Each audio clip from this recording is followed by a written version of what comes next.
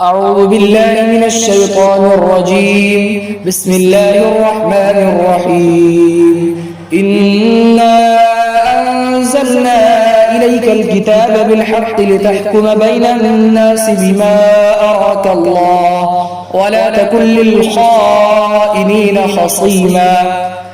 یقیناً ہم نے آپ پر قرآن کریم کو برحق نازل کیا ہے تاکہ آپ لوگوں کے درمیان فیصلہ کر دیں اس کے مطابق جو اللہ نے آپ کو سمجھایا ہے، اور آپ خیانت کرنے والے اور نہ جھگڑالو ہوں.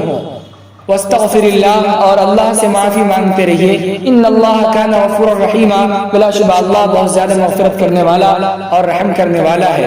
ولا تجادل عن الذین یختانون انفسهم، اور آپ نہ لڑے ان کافروں ان منافقوں کی طرف سے کہ جنہوں نے اپنی ذات میں خیانت کی، جو اپنی ذات میں خیانت کرتے ہیں. ان اللہ لا يحب من كان خوانا اثیما، بلا شبہ اللہ پسند نہیں فرماتا اس شخص کو کہ جو بہت زیادہ خیانت کرتا ہے، گنہگار. یستخفون من الناس ولا یستخفون من اللہ وهو معهم، وہ لوگوں سے تو شرماتے ہیں اور اللہ سے نہیں شرماتے ہیں حالانکہ اللہ ان کے ساتھ ہے. اذ یبیتون ما لا یرضى من القول، جبکہ وہ آپس میں جبکہ وہ رات میں مشورہ کرتے ہیں اس بات کی جو آپ کو پسند نہیں ہے. وکان اللہ بما یعملون محیطا، اور اللہ ان تمام اعمال کا احاطہ کیے ہوا جو وہ لوگ کرتے ہیں. ہا انتم هؤلاء جادلتم عنهم في الحیاة الدنیا، ارے سنو ان کی طرف سے دنیاوی زندگی میں تم لوگ لڑتے ہو. فمن یجادل اللہ عنہم یوم القیامۃ ام من یکون علیہم وکیلا، سو کون ہے وہ جو قیامت کے دن ان کی طرف سے لڑے گا، یا کون ہے وہ جو ان کا کام بنانے والا ہوگا.